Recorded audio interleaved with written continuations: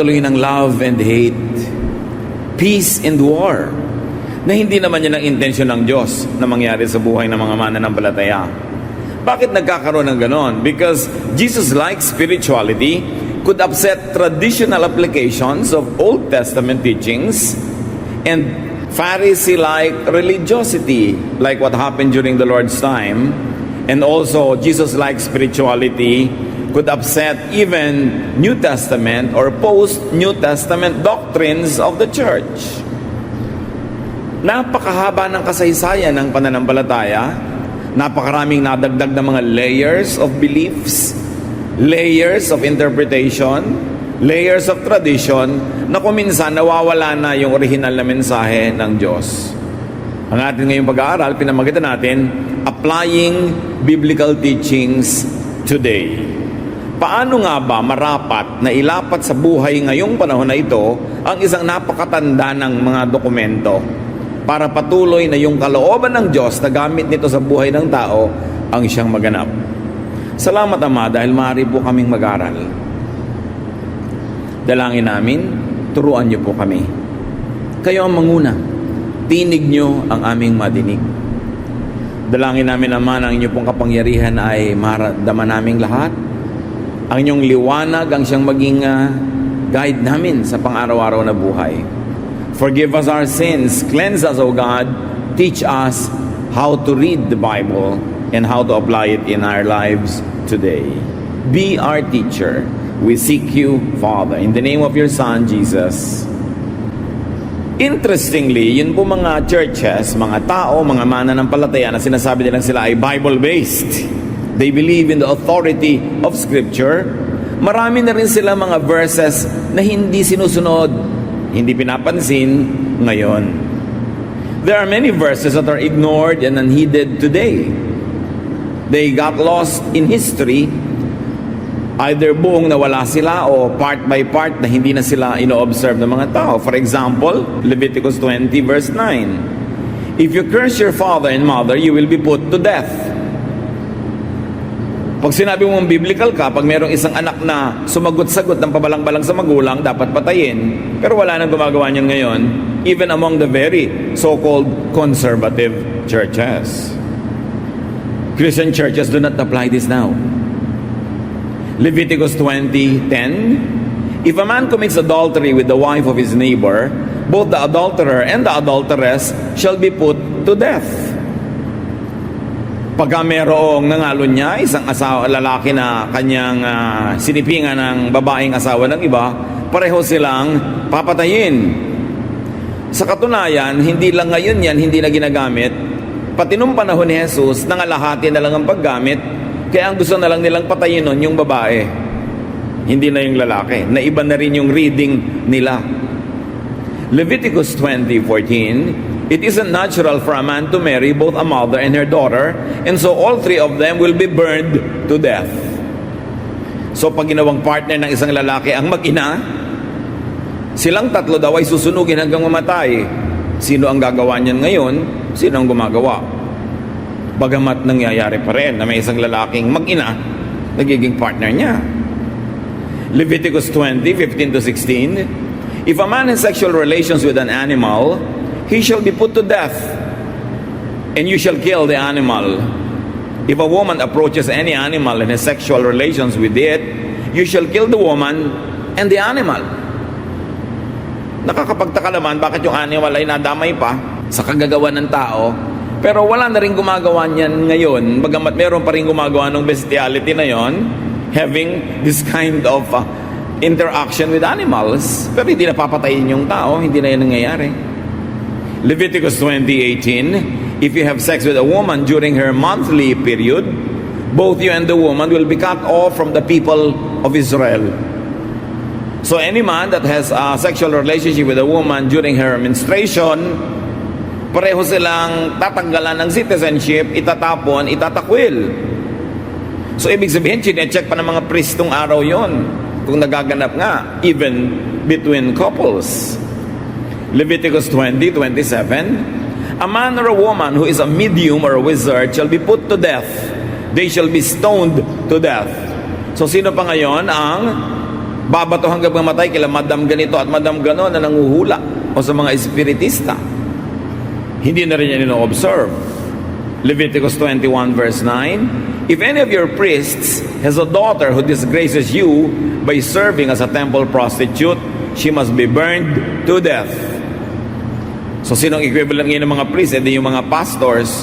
So pastors' daughters who commit sexual immorality in this way should be burned to death.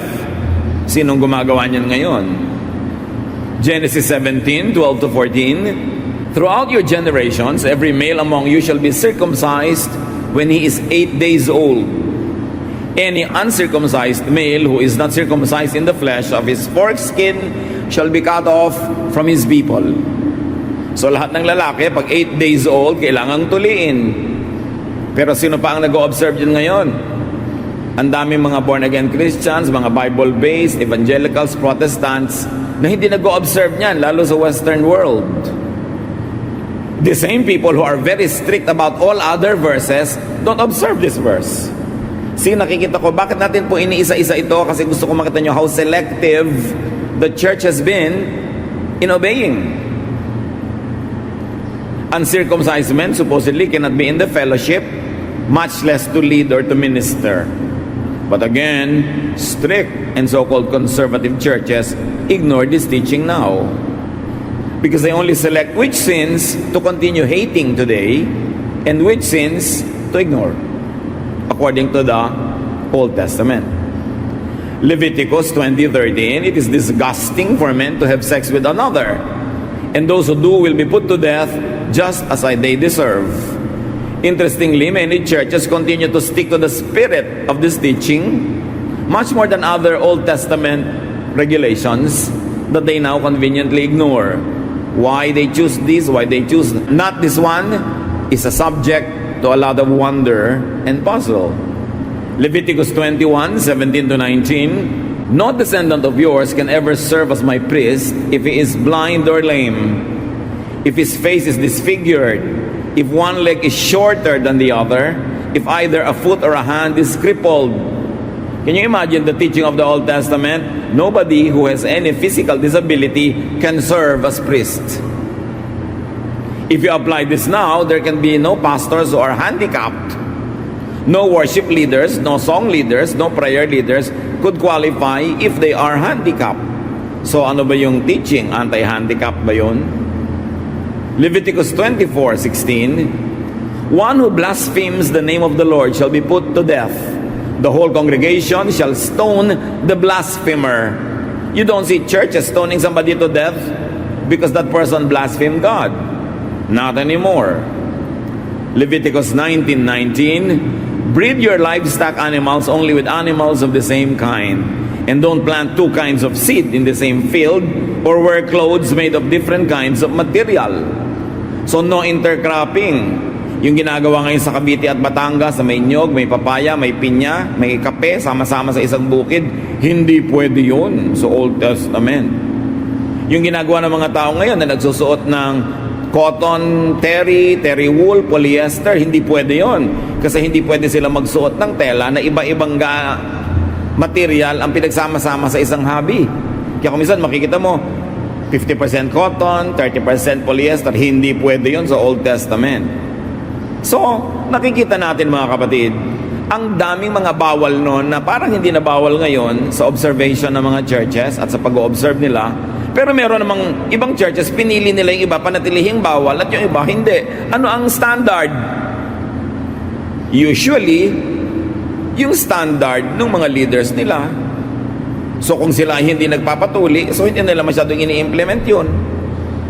So kung sila ay very conservative about a certain sexual practice, patuloy nilang ikokot yung verse na yun as bawal. Pero yung mga iba na same verses in the same book, ini-ignore na lang nila. Paano yun? Bakit ganon? At bakit natin pinag-aaralan? Kasi dapat nating makita mga kapatid that all the laws that are oppressive, that are unkind, were already revised by Jesus into His law and one commandment of love. Kung nag-worry kayo bigla na ang dami nyo palang hindi nasusunod, ang damit nyo pala ganito, halo-halo yung polyester at saka yung cotton, don't feel bad. The Lord has set us free from the law. Ang nakakapagtaka lang, bakit merong mga theologians at mga churches na sinet free na tayo ng Panginoon sa lahat ng condemnation, ginastify na tayo, minahal, pinatawad, at iniligtas. May mga tao na patuloy pa rin pumipili ng mga mangilan-ngilang verses sa Old Testament at pinipilit pa rin igiit ngayon. Samantalang meron naman silang hindi sinusunod din. Selective lang. At yun ang dapat maunawa ng mga Kristiyano ngayon. Sometimes, sasabihin ng iba, bakit po sa amin ang daming bawal, sa inyo hindi masyado? Depende kasi kung paano binabasa ng inyong mga theologians yung scripture. Meron silang mga paboritong Old Testament na bawal. Bawal kainin ito, bawal maggano ng mahabang buhok, bawal ang ganitong maiksing buhok, bawal ang ganitong teaching. Pero hindi naman lahat ng pinagbabawal in the same book, sinusunod din nila. Selective. Kaya dapat ngayon, ang tao, sapagkat ang Biblia ay nasa kamay na ng lahat, hindi lang isang kopya na hawak lang ng isang priest, dapat lahat nagbabasa, lahat nag-aaral, at lahat nagpapasya kung saan siya tatayo. Kanya-kanyang pananagutan sa Diyos. Kaya meron mga teaching na lalo kang ikukulong nung hindi ka pa nag-charge sa ganong kongregasyon, ang dami-dami mong laya sa buhay nung naging member ka, deregulate lahat ang ginagawa mo sa buhay, pinakailaman pati kung magbo-boyfriend ka or not, pati kung anong isusuot mo, etc. etc. Meron naman na hindi ganon, kawawa ka naman kung napalagay ka doon sa kongregasyon na hindi bagay sa iyong nature, sa iyong lifestyle na hindi naman binabawal ni Jesus. Napaka-importanting maunawa how to treat the Bible. Galit na galit ang mga Bible Christians sa idolatry. Ang hindi napapansin ng marami, ang mga Bible Christians merong bagong idol, may bagong poon-poonan at Diyos-Diyosan. At ano yon? Verses. And mostly verses na pinawalang bisa na ni Jesus. Or verses na inayos ni Jesus ang pagbabasa at interpretation in a way that is friendly, kind, loving, nurturing. Kung pwede lang i-prosesyon ang mga verses, ilawan, yukuan, ginagawa ng marami yun ngayon. Ginagamit na pang-away sa mga tao, ginagamit na sandata laban sa mga hindi katulad ng paniniwala, ginagamit na pang-justify sa sarili, pang-condemn sa iba. The new idol of Christians now are verses that are misused. Kaya may idolatry pa rin. Let's talk about applying verses today. So ang tanong, how do we read and apply the Bible? Unang-una, observe. Know the context. Know the background. Bakit sinabi ito? Bakit inutos yun? Ano ang mga immediate needs? Ano ang kanilang realities? Ano ang mga urgent needs nila nung panahon na yon? Know the historical setting. Halimbawa, nagtataka iba, bakit po utos dito sa ganitong verse sa Old Testament, kill everybody? Paano? Kita mo naman yung setting, gyera. Siyempre, iba naman ang rules of engagement pag gyera. Bakit po pati children? Kasi paglaki nun, maghihiganti. Hindi naman tatapos ang gyera. Pero kung hindi ba gyera, i-apply mo yon? Yun ang tanong. Ang masama, pag kumuha ka ng isang verse mula nung 3,000 years ago, i-apply mo sa buhay mo ngayon, magkaiba naman kayo ng kondisyon, hindi applicable. Kaya kailangan informed ang pagbabasa. Hindi basta God said it, I believe it, that settles it. You've got to think about it. You've got to look at the context, know the legal setting. Halimbawa, bakit ang daming prohibition sa babae sa sexual activity at hindi masyado sa lalaki? Bakit puro pagbabawal sa babae na sumama sa ibang lalaki, pero yung lalaki marami pang asawa? Bakit? Kasi nung Old Testament times, mga kapatid, ang babae ay hindi tao, ang babae ay property. Kaya wala siyang pangalan, hindi siya binabanggit sa history. 10 women came, walang pangalan yan. Because women were treated as property. So from the property of your father, you become the property of your husband. na ipinapakita pa ngayon kami sa mga kasalan, ihahatid ni tatay si anak, tas aabutin naman ni asawang husband na papakasalan. From one man to another, lumilipat yung babae under authority. Old Testament doctrine na pinalaya ni Jesus sa mga babae sa ganyan. Kaya sabi ni Marta, yan po bang kapatid kong si Mary, hahayaan yung kasama ng mga lalaki, kaumpukan nyo dyan? Bakit hindi siya ipupuntahin sa kusina where we women belong? At sabi naman ngayon bigla ni Jesus, well, she has chosen the better portion, it will not be taken away from her. Ibig sabihin, pinapalaya ni Lord yung mga babae sa ganyan. Kaya nga mula sa Galilee to Jerusalem, kasama niya sangkaterabang babae. Anong ginawa ng mga babae yon? They actually left their domestic concerns to do the ministry.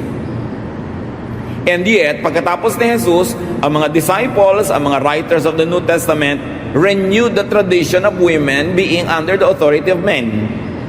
Kaya ngayon, malilito ka, kanino ba ako susunod? Sa sinasabi ni Jesus that women are free? O sa sinasabi ni disciple na ganito na dapat under the authority of men ang women?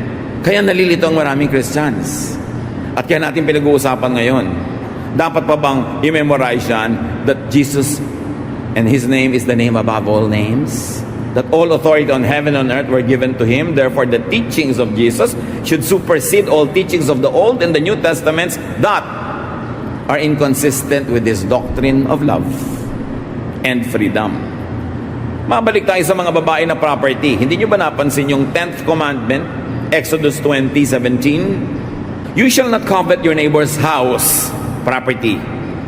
You shall not covet your neighbor's wife, or male or female slave, or ox, or donkey, or anything that belongs to your neighbor. Napansin nyo ba na yung wife, katumpok ng ox, ng donkey, ng mga buriko, ng mga kabayo, baka, katumpok siya ng mga kasangkapan, bahay at lote, kasi nga property sila nun. At kaya galit na galit yung Old Testament sa babaeng may asawang nakikipag-sex sa iba, kasi what is violated is not anything that is moral, but illegal, because she is the property of her husband, and therefore must not be used by another man.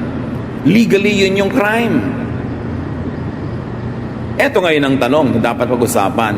Ganyong hindi na itinatrato ang babae na property ng man, paano na yon? You see? That's why it is important to study Scripture. Hindi basta kukuha ka ng verse, sabi ng ganitong verse, ganong chapter, ganito, tapos aalipinin ka na ng verse na yun for your life, eh mali naman pala yung gamit. So this is about men's properties. Kung naiba na yung context na yon, i-apply mo pa yung verse na yon the same way? Yun ang tanong. So if you really would like to apply Bible in your life, you should understand the cultural setting. Bakit ganun sinabi? The values, traditions, and the trends during the time when the verse was written, or more importantly, during the time when the verse was implemented. You know, the verses were written much later. Matagal yan, oral tradition lang, and then isinulat.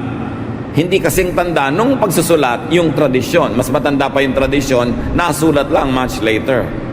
Halimbawa, context.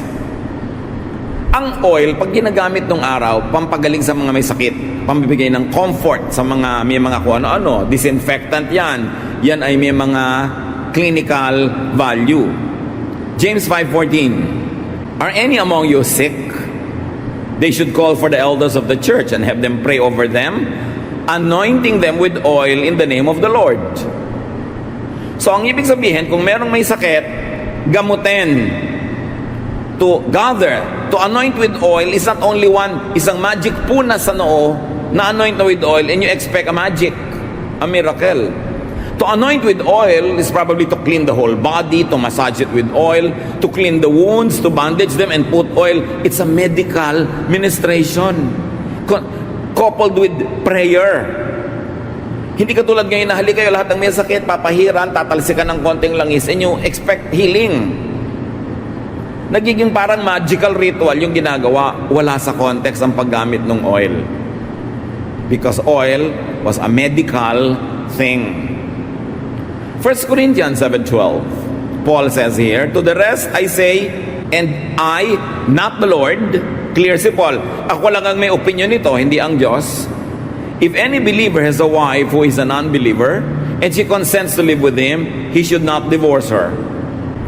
Nilinaw mismo ni Pablo, ako lang ang may ideya nito ha, hindi ito galing sa Diyos. So it's a personal opinion. It should be read only as a personal advice of Paul and not as an authoritative doctrine to apply to all people at all times, which many people do now. Sabi ni Paul ganito. But Paul very often says, I, not the Lord, says this. Ibig sabihin, optional. Kung tatanungin niyo ako, ganito ang stand ko dyan, pero stand ko lang yan. Ang mahirap lang hindi lahat ng sinabi niya o sinabi ni Pablo, sinabi ni James, nilagyan nila ng label na opinion ko lang to. Ito ang tingin ko dyan. Ang nangyayari ngayon, pag nakita ngayon sa Bible ng mga tao yung mga sinabi na yon, jujusin na nila yung verse. Magdusa ka, magdusa ako, magdusa tayong lahat pero sundin natin. Yun ba ang intensyon ng Diyos doon? Halimbawa, sabi din ni Paul kay Timothy na laging sira ang tiyan, 1 Timothy 5:23, no longer drink only water, but take a little wine for the sake of your stomach and your frequent ailments. Sa tingin ni Paul, sira ang tiyan nitong si Timothy dahil puro tubig lang ang iniinom niya na maaaring hindi malinis na tubig. And because wine, like oil, was valued for its medicinal efficacy, ano ngayon ang payo ni Paul? Uminom ka ng kaunting alak, huwag tubig lamang. Kung ang nanay mo may sakitan tiyan, mahahanap po tayo ng verse, tapos bubuksan mo yung Bible, tapos kung saan tumigil, ituturo mo. Tumigil sa 1 Timothy 5:23. Ay, nay, ang sabi po ng Diyos, uminom kayo ng alak. The word of God. God said it. Tapos inom ka ng inom, hindi gumagaling, nagtataka ka, wrong use. Kaya yun sasabi ko, huwag niyong gawing poon yung verses. Huwag niyong siyang tatanggalin sa kanyang buong konteksto kasi malamang mamimisguide ka. You cannot and should not apply this verse to all cases of stomach sicknesses. Case to case. Hindi sasabihin mo, God, the word of God said it. Tapos papatayin mo na lahat ang hindi sasangayon sa'yo. Interpret through context. Ano yung kabuuan? Ano yung mga nakapaligid na katotohanan? Ano yung pangangailangan ng panahon? All that were said, done, and taught in the Jewish scriptures had their unique context. May background, legal, religious, and traditional foundations. And admittedly, some of their beliefs were scientifically right and some were not scientifically right. So alam natin na, mga tao yung nagsulat. So pagka sinabi na nagsulat, and the sun set, alam naman natin hindi nagseset yung sun, di ba? Pero sa tingin nila nagsiset. Pero alam na natin ngayon, the sun does not set, or earth rotates. Pero ang ibig sabihin nila is, it seemed like it is setting. You must never forget that the priests and the scribes were not all-knowing. Only God is omniscient. The priests and the scribes were usually informed only by the reach and scope of the knowledge of their time. Dapat i-consider yon when we are reading them. Dapat din nating tingnan kung yung mga reasons why they were doing things. Bakit ang mga Israelites sobrang ethnocentric? Kill everybody, kill the Jebusites, kill the Perizzites, kill the Jebusites. Anong reason? National interest. Most of their history, they were fighting for the piece of land that they are supposed to have. Kaya lang ang problema, may tao nung dumating sila. So they had to fight getting it, and they had to keep fighting keeping it. May mga reason yung mga ganon. Hindi mo pwedeng i-apply ngayon yung mga verses na kill all your neighbors pag nasa Nueva Ecija ka. Hindi mo pwedeng gamitin yung kahit nasa Mindanao ka, kill all the others, iba yung religion. Hindi pwede. Kasi hindi naman context mo ngayon yung original context kung kailan ibinigay yung utos. You've got to also look at the desired effects of the verses when they were practiced or written. And mostly, in the Old Testament, it is national security. Foremost yan sa mga priests. Do not forget that the Israelites never had kings until Saul. Ang tagal nun, sino ang namumuno sa Israel? Mga priest. There was no separation of church and state. Therefore, all the regulations of religion also became the regulations of government. Kaya yung ipinagbabawal ng priest noon, pagkat siniway mo, patayin siya because the priest also had judicial powers. Ngayon, may separation of church and state. Hindi na pwedeng pumatay ang simbahan ngayon, anumang simbahan, ng mga lumalabag sa kanyang kautusan, because the church has no judicial powers over the citizens of any republic or a country. Kaya hindi na nag-e-effect yung mga ganon. And it is very dangerous when religious people have religious police. It is very dangerous when religion has its own army. Kasi mawawala ng tolerance, papatayin ang lahat ng hindi kapaniwala. Tulad ng ginagawa ng Old Testament na pinawalang bisa ni Jesus. Sabi niya, when your enemy forces you to walk 1 mile, walk 2 miles. When your enemy strikes you, offer the other cheek. Hindi na violent ang reaction ng mga people of God to opposing forces, but kindness na and love. But one of the desired effects of the policies of Israel na magkasama yung church and state is racial purity. Gusto nila lagi silang hiwalay sa mga neighbors. Genetic engineering, hindi pwedeng makipag-asawa sa ibang lahi. Pero ngayon, kahit naman mga ubod ng higpit ng mga Bible-based Christians, nag-aasawa na rin ng ibang lahi. Hindi na rin nila ino-observe yun. Kasi yung genetic engineering was the obsession of the ancient Israelites. Racial purity. At isa pa sa mga ginagawa nun, siyempre, ng temple is social control. Ang Israel ay nabuhay sa very insecure neighborhood. Kalaban lahat ang katabi. Hindi sila magsusurvive pag hindi sobrang disiplina. Kailangan ng social control. And it was the number one obsession of the priests as well. That's why they regulated everything. Nung araw, hindi ka pwedeng umupo sa inupuan ng isang babaeng nagme-menstruate. Sabi niya, anybody who sits where a menstruating woman sits is unclean for 1 whole day. Pag in-observe nyo yun ngayon, hindi kayo pwedeng umupo sa bus, sa taxi, sa mga reception halls ng mga building, saan man, kasi baka kanina may umupo dong babaeng nireregla, di unclean ka. Bakit yun? Hindi na ino-observe, pero may pinipili pa rin i-observe, nakatabi nun. So selective na lang. Kaya tatanungin mo na lang ang sarili mo, bakit ipinanggigigilan ko against this verse, pero itong verse na to gusto ko, aminin mo na lang na kasi yun ang personality mo. Huwag mo sasabihin because it is God's will. Either everything or nothing. Hindi selective. Outside of and without their original contexts, verses and teachings may not just be applied to all people at all times in all places.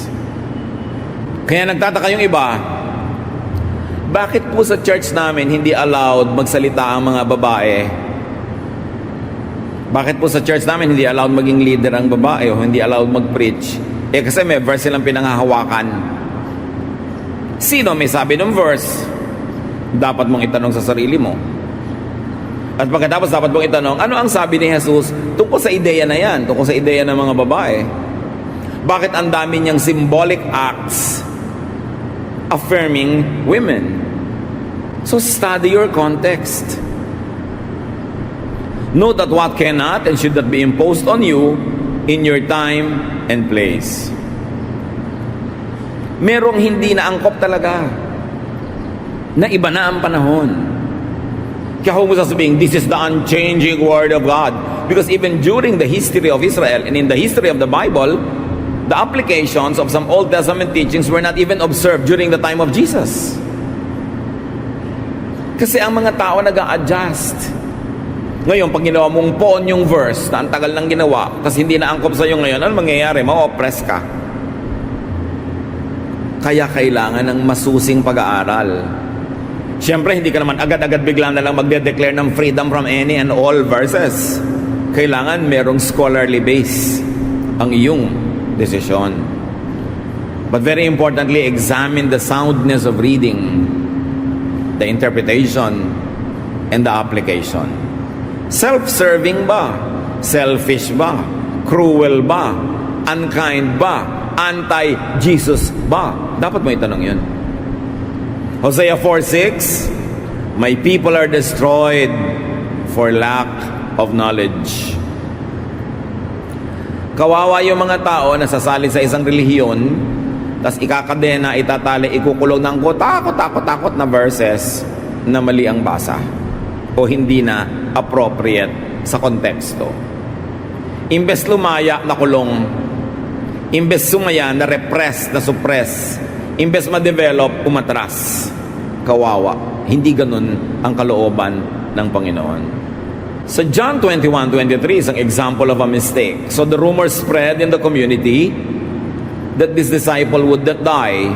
Yet, Jesus did not say to him that he would not die. Sino ang nag-akala na sinabi ni Jesus yun? Yung mga disciples niya. Pero hindi naman niya sinabi. Sila yon, magkakasama pa, tabi-tabi pa. Kakamali ng reading kay Jesus.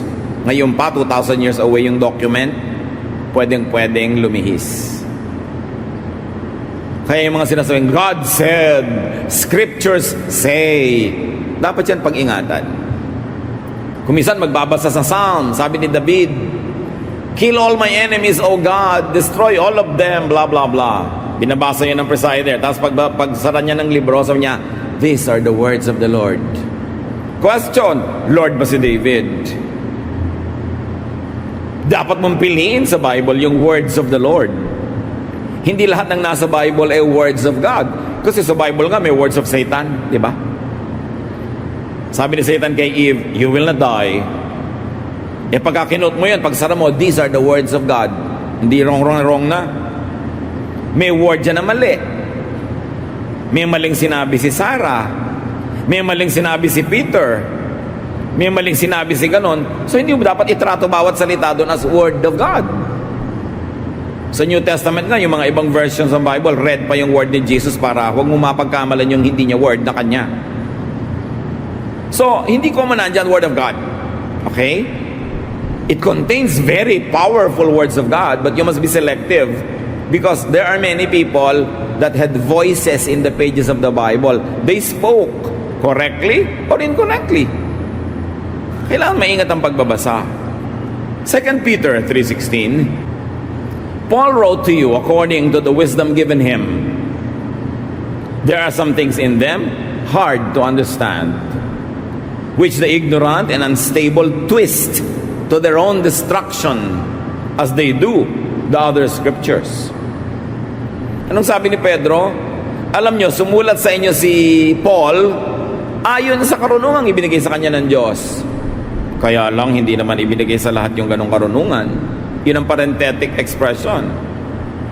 So sabi niya, sa mga sinabi ni Paul, merong ubod ng hirap maintindihan na ang mga mangmang naman at mga unstable, binabaluktot, nililiko-liko, ang bunga tuloy, sila mismo ang nasasaktan. At hindi lang kay Paul nila ginagawa yan, ginagawa din nila sa ibang scriptures. Binabaluktot ang basa, nililiko-liko, pinagkakasya nila sa mga maliliit nilang utak, yung napakalaking ideya, they oversimplify a complex idea, nagiging yes or no, right or wrong na lang, yung mga areas na minsan ay gray. So dapat ang tao talaga mapanuri, lalo at kung ipapamuhay mo yung binabasa mo. Interpret through the lens and filter of Jesus. And the lens and filter of Jesus is nothing but love. Ang tanong na maganda ng marami, ano po ang gagawin ko sa mga teachings sa Old Testament bago si Jesus isinilang? At mga nasulat sa New Testament matapos siya ay bumalik sa langit, anong gagawin ko? Sinabi na nga natin, salain at i-interpret ayon sa salaan pananaw ni Jesus, which is love. Matthew 22:36-39, Teacher, which commandment in the law is the greatest? Magandang tanong kasi ang daming commandments eh. So sabi, which is the greatest? Kung konti lang ang masusunod ko at kakayanin, alin po ang uunahin ko? He said to them, love the Lord your God with all your heart and with all your soul and with all your mind. This is the greatest and first commandment. And the second is like it. You shall love your neighbor as yourself. In one stroke, anong ginawa ni Jesus? Sabi niya, sige, ang dami kasing commandments no? I understand, marami. Heto ang salaan ko. Love. Diyan nyo padaanin ang lahat ng alam nyo. Pag hindi lumampas, pag hindi loving, pag hindi kind, kalimutan nyo na. Kasi ang greatest commandment, the reason why all the commandments were given is love. Kung sa pagsunod, sa pag-implement, sa paggigiit mo ng commandments, magiging unloving ka, un-Jesus na yon. Hindi ito napapansin ng napakaraming Kristiyano na nagbigay si Jesus ng pamantayan kung ano ang pinakamahalaga at sa kanya love yon. Hindi legalism, hindi judgmentalism, hindi separatism, hindi self-righteousness, not even doctrine. Sabi niya, love. Paano ka at gaano kalalaya, kapatid, pag ito ay naunawa mo? At paano mo hahayaang lumaya ang iba pag naunawa mo ito? So you ask, may hawak kang verse, utos, ang tanong mo agad, is it not loving? Pag not loving, edi wag na lang. Sayang naman yung pagbibigay ni Lord ng utos. Sayang yung pagbibigay niya ng definition, what is the greatest. Sayang yung kamatayan niya para yon ay bigyan ng kapangyarihan, tapos babalik ka lang naman pala sa mga unloving ways. Bakit pa sinilang si Jesus? Bakit pa siya namatay? At bakit ka tatawaging Kristiyano kung hindi naman si Kristo ang gagawin mong standard? At iba. 1 John 4:7-8, Beloved, let us love one another, because love is from God. Everyone who loves is born of God and knows God. Whoever does not love does not know God, for God is love. Hindi sinabing whoever is not baptized by immersion or by sprinkling or by pouring is not of God. Hindi yon. Hindi sinabing whoever does not read this version, this official version of the Bible is not of God. Hindi yon. Hindi sinabing whoever has long hair or short dress or whatever is not of God. No. Hindi sinabing sino man ang kumakain ng ganito, dinugo ang may puto o wala, is not of God. Hindi yon. Ang sabi, whoever does not love is not of God. But if you love, you are of God, no matter what your religious color is. Kaya lang natin to mauunawa at ipapamuhay. 1 Corinthians 13:1-2. Paul, the greatest teacher of the New Testament. If I speak in the tongues of mortals and of angels, but do not have love, I am a noisy gong or a clanging cymbal. And if I have prophetic powers and understand all mysteries and all knowledge, and if I have all faith as to remove all mountains, but do not have love, I am nothing. Sabi ni Paul, kahit gaano kaganda turo ko, kahusay na aking rhetoric, ang dami-dami kong sign gifts, pag hindi ako loving, huwag niyo akong pansinin. I am nothing. Philippians 2:9-11. Then God gave Christ the highest place and honored his name above all others. So at the name of Jesus, everyone will bow down. Those in heaven, on earth, and under the earth. And to the glory of God the Father, everyone will openly agree, Jesus Christ is Lord. Who is Lord, church? Ang hina naman, siya, walang iba. Ano ang commandment niya? Love. Huwag niyo kakalimutan yan. Bakit hindi niyo dapat kalimutan? Kasi maraming lilito sa inyo. Huwag ka kay Jesus Christ makinig. Makinig ka kay ganitong prophet. Makinig ka kay ganitong disciple. Sabi ng verse. Huwag ka sa love makinig. Makinig ka sa discipline. Makinig ka sa doctrine. Makinig ka sa distinctives. Kanino dapat makinig? Jesus Christ. Because His name is above every name. And His only one commandment is love. Mahirap ba yung maintindihan? Leave unloving traditions to history, to the museum, as Jesus very clearly and powerfully did. Huwag magpaalipin sa mga kaugaliang unloving. Huwag mang alipin ng mga kapatiran with unloving ways. Relax. Enjoy the journey with the Lord. He did all the work. We are here standing by the grace of the Father through Jesus Christ, His Son. So bago ka mag-implement ng anumang verse, you ask, is it loving? Oo nga, may verse, but is it loving? Sabi ng verse, batuhin ito hanggang mamatay, but is it loving? Nakita niyo yung babaeng nahuli sa akto ng pangangalo niya? Gusto ng mga tao batuhin hanggang mamatay? Ipinabato ba ni Jesus? No! Dahil ang pinapairalan niya is the law of love. Charge that sin to me. I pay for it. It is paid for. Nobody should stone this woman to death. Love above the law. So bago kayo mag-meeting para litisin ng isang tao na sa tingin nyo makasalanan, you say, is it loving to do that? Is it loving to embarrass people? Is it loving to stone even sinners?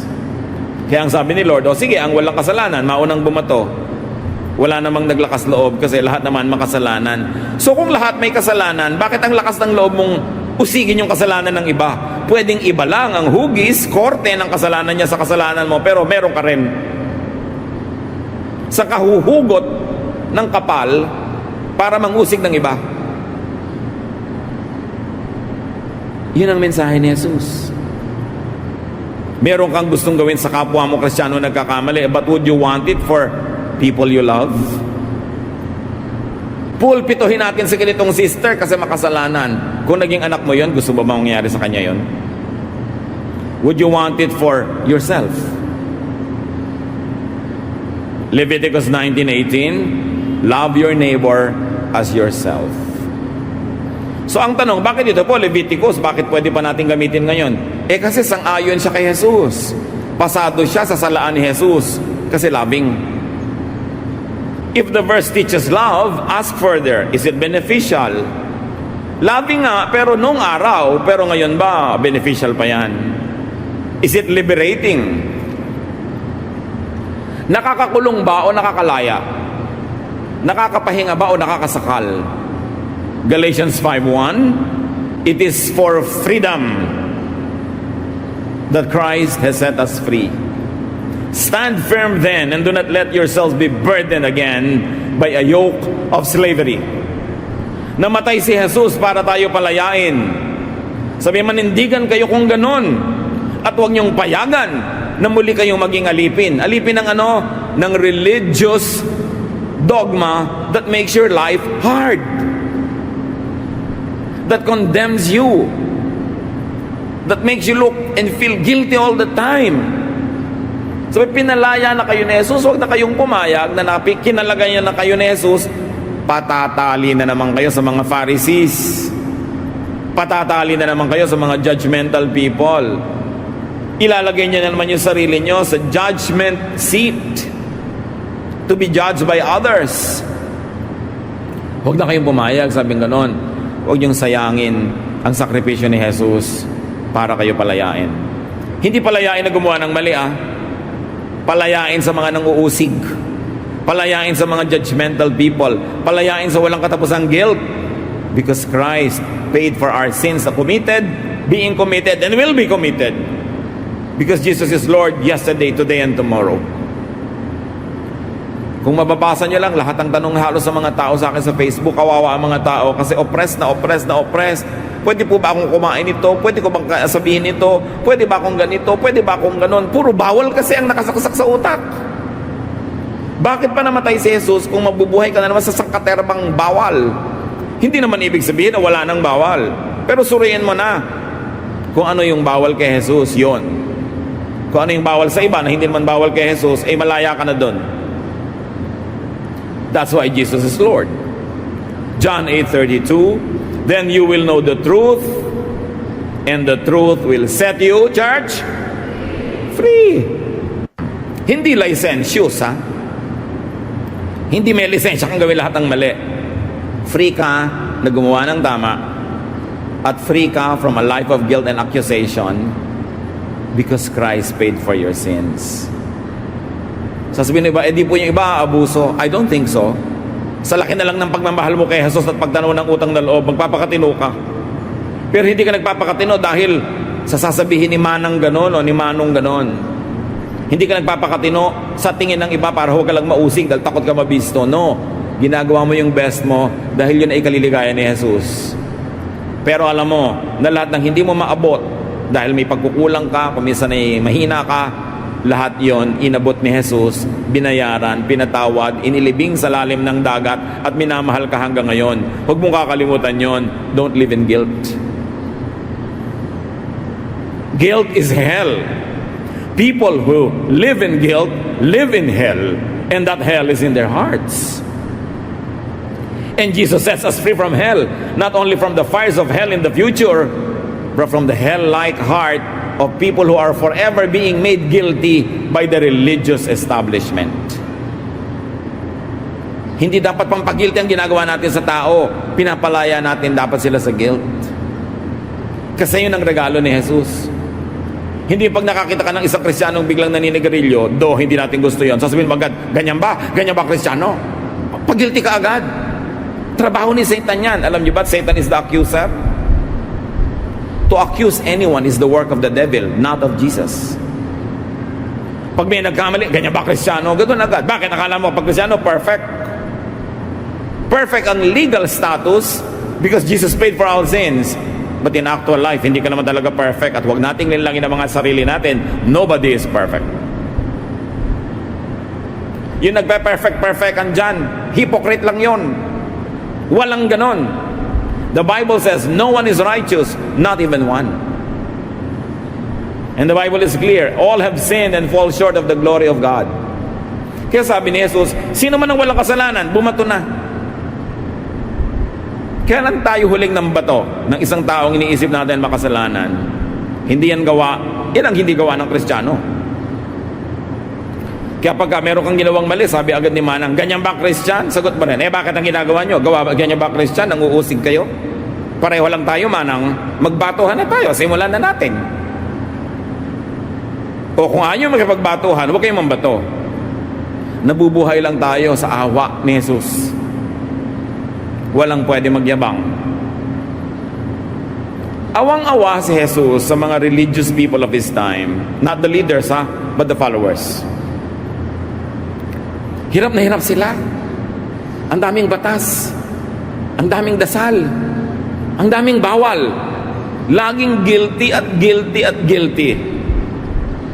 Buong buhay na relihiyon, guilt pa rin hanggang mamatay.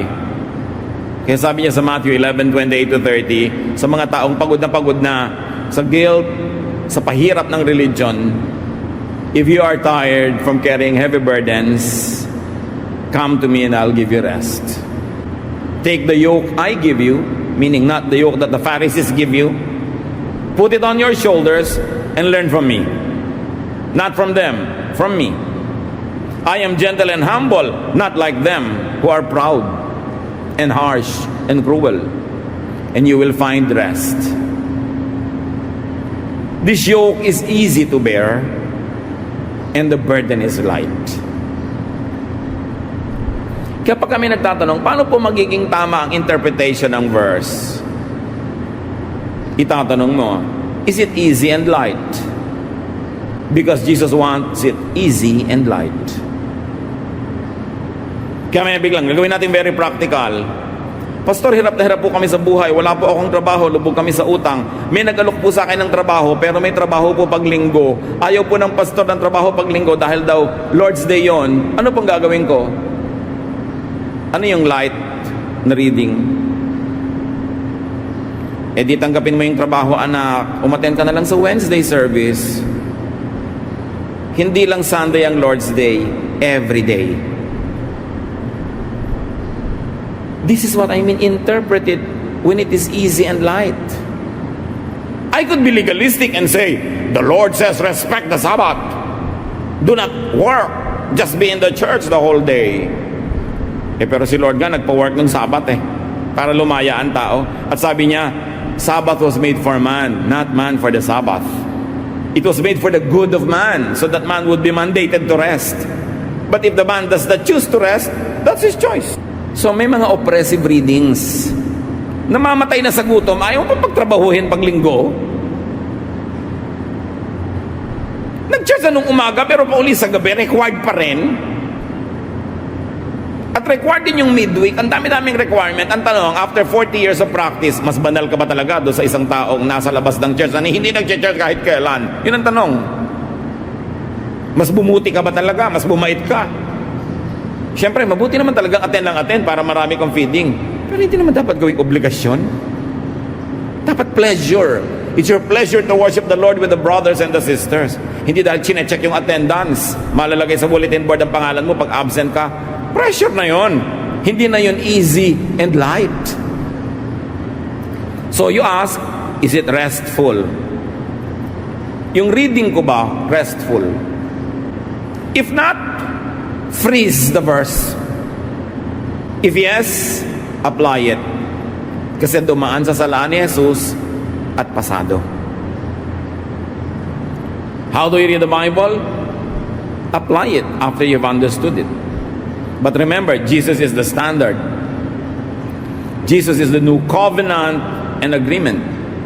Jesus is the measure of all things. Colossians 2:9, for in Christ, all the fullness of the deity lives in bodily form. Lahat ng pwedeng malaman tungkol sa Diyos Ama, nalaman sa pamamagitan ni Jesus sa Kanya lang. Colossians 1:15, He is the image of the invisible God, the firstborn over all creation. Yung Diyos na hindi nakikita, nakita kay Jesus. Siya ang tingnan. 2 Corinthians 4:4, the God of this age has blinded the minds of unbelievers so that they cannot see the light of the gospel of the glory of Christ, who is the image of God. Binubulag daw ng Diyos-Diyosan ng mundong ito ang mga tao para hindi nila makita yung tunay na katuruan ni Jesus. Laging ang reading natin, the God of this world is Satan. Pwede ding religious systems that are not faithful to Jesus, pwede rin matawag yun na God of this world.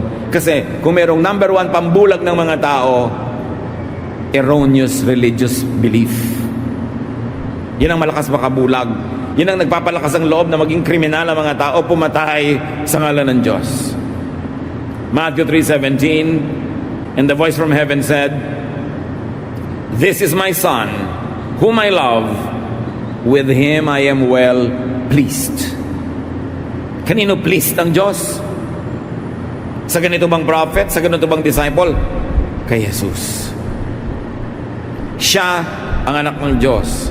Siya ang katuparan ng lahat ng gustong ipatupad ng Diyos. Siya ang physicalization of the invisible Spirit God.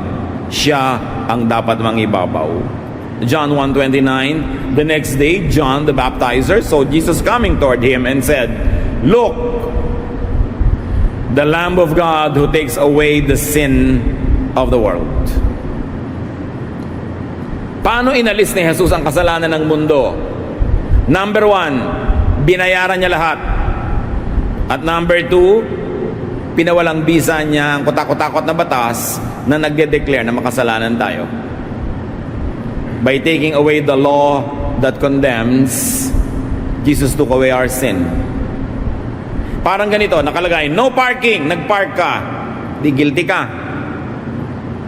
Ngayon nagpark ka bukas, guilty ka pa ba? Tinanggal ni Jesus yung sign na no parking. So dalawang paraan. May nakalagay no parking, nagpark ka, sabi ni Lord sa police, charge it to me. Meron namang paraan, nagpark ka, hinuhuli ka ng police, nung tingnan nyo, wala naman palang signboard na no parking. So ano yung crime? Jesus took away the law that condemns and replace it with the law that loves. Namnamin nyo yun, ang lalim, ang sarap. Pinalaya niya tayo sa panguusig ng law. John 5:45, Jesus speaking, "Don't think that I will be the one to accuse you to the Father. You have put your hope in Moses, yet he is the one who will accuse you." So niya, huwag niyong isipin na uusigin ko kayo sa harap ng Ama. Si Moses na lagi niyong kinukote, ang kanyang mga law, ang kanyang mga batas, siya ang magkokondem sa inyo at yung mga batas niya. Not me. Because my law that applies to you is the law of love. How can you be guilty when the law is love? Your only guilt will be if you are unloving. Pero yung tagtad ng mga listahan ng mga utos ni Moses at mga kautosan ng relihiyon, magigilty ka talaga pag yun ang dinala mo sa Panginoon. Pag sabi ng Diyos, paano kita tatanggapin dito sa langit? Eto, dala mo lahat ang listahan ng law. Eto po lahat ng law na sinikap kong sundin. Nasunod mo bang lahat? Marami pang nasunod pero hindi lahat. Pues, everything or nothing, you are condemned. Yun ang dala-dala mo kasi, law of Moses. Ang pangangatwiran mo sa Diyos, ang iyong kabaitan, ang iyong kabutihan, ang iyong righteousness, ang iyong doktrina na kulang-kulang din naman. Kung lalapit ka sa Diyos, sabihin ni Lord, anong ticket mo para ka pumasok dito sa langit? Kaya dala-dala mo yung ticket ni Lord. Ito po, love. Jesus loves me. If Jesus loves you, then I love you back. Pero may isa lang kondisyon. Did you also love others? Kasi di ba, love God and love others as yourself? Love ko po ang Diyos, religyoso po ako, pero hindi po ako labing sa iba. Chismosa nga po ako Di ba? Judgmental nga po ako, nang uusig ako lagi ako naghahanap ng mali ng iba. Love ko po kayo, Lord, pero yung iba, hindi po masyado. Hindi pwede. Because the ticket is love. Sabi ni Jesus, love God, and then love others as you love yourself. So ang ticket, anong ticket nyo pagharap nyo sa Diyos? Mga commandments, mga doktrina, mga do's and don'ts, o the love of Jesus? Isa na lang ang dapat nyong gawin kasi ginawa na ni Lord yung kalahati. He already loved you. You just have to love others. Yun ang New Covenant. Yun ang tunay na New Testament. Yun ang bagong kasunduan ng Diyos at tao. Hindi nakabatay sa batas ni Moses, kundi sa batas ni Jesus. Love. Jesus gave a new command. Jesus gave just one command. And that's none other than love. John 13:34, "But I am giving you a new command. You must love each other just as I have loved you." Yun na lang ang tandaan yung command. Actually, pag loving ka, nasunod mo na rin lahat yung iba Kaya sabi ni John the Baptist tungkol kay Jesus, John 3:30, "He must become greater, I must become less. Jesus must increase, I must decrease." Yun ang sinabi ni John at dapat sabihin ni Moses, dapat sabihin ni Peter, dapat sabihin ni Paul, dapat sabihin ng mga pastor, dapat sabihin ng lahat.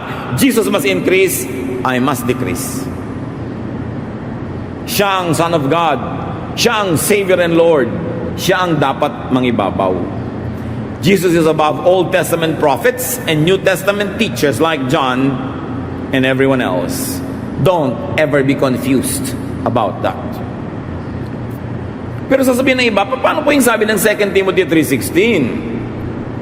"All scripture is God-breathed and useful for teaching, rebuking, correcting, and training in righteousness." Scripture, all scripture, pag sinabing all scripture, ang tinutukoy, Old Testament. Not the New. Because nung sinulat itong letter na to, wala pang New Testament na nakokolekta nun. So pagka sila Jesus, yung mga disciples, sinabing scripture, they refer to the Old Testament. At ito nga yung idea nila. It is useful. Pero ano nang gagawin natin ngayon sa lahat ng useful scripture? Useful yon. All scripture, after passing the Jesus test, after passing the Jesus standard and filter, it is profitable to apply to one's life. So when you say all scripture, meron ka na ngayong salaan, papadaanin mo sa love commandment of Jesus. At yung lalampas pa lang